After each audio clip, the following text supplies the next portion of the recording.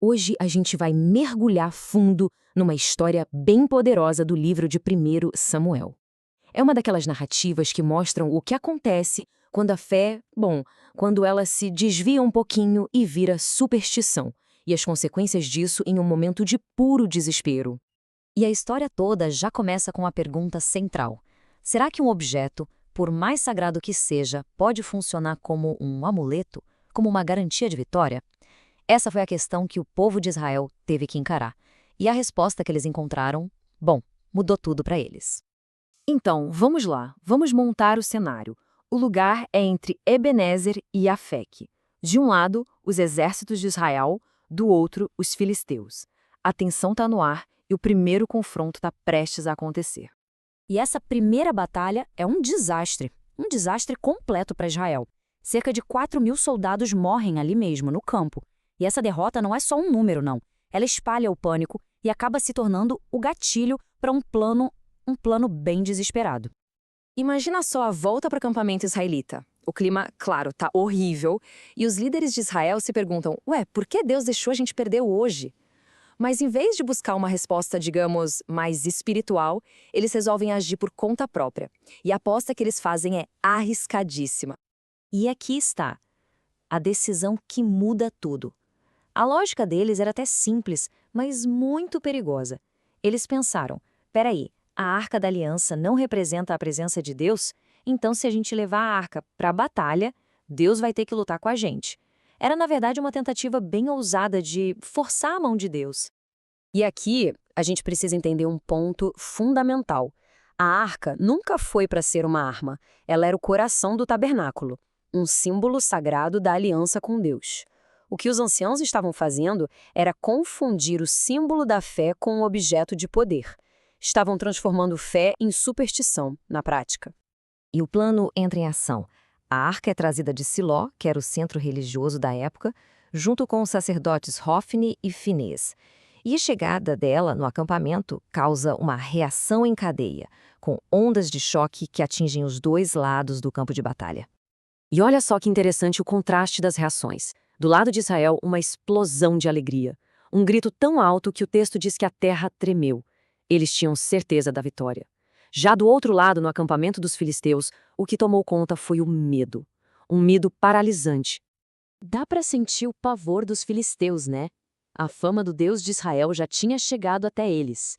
Eles não estavam com medo só de um exército, mas de um poder divino que, segundo as histórias que eles conheciam, tinha destruído uma nação inteira, o Egito. Só que aí acontece uma virada psicológica incrível.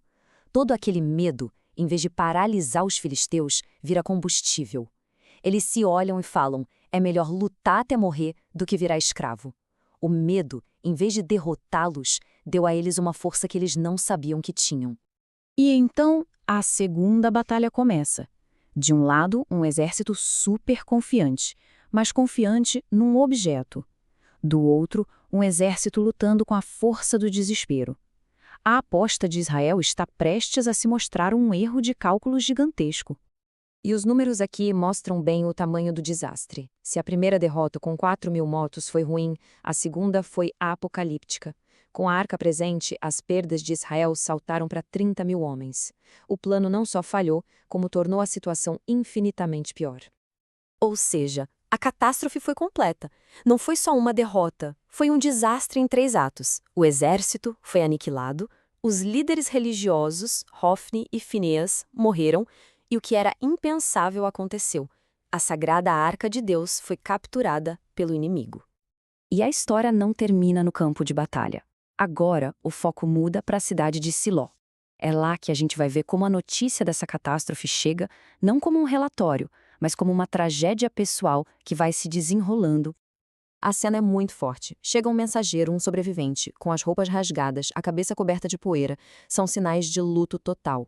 E ele vai levar a notícia para Eli, o sumo sacerdote, um homem de 98 anos, cego, frágil, e que estava com o coração apertado, esperando notícias não dos filhos, mas da arca de Deus. E o mensageiro vai contando a história em partes. E cada parte é um golpe para o velho Eli. Primeiro, o exército fugiu. Depois, seus 2 filhos morreram. Mas o golpe final, que realmente o destrói, é a notícia da arca.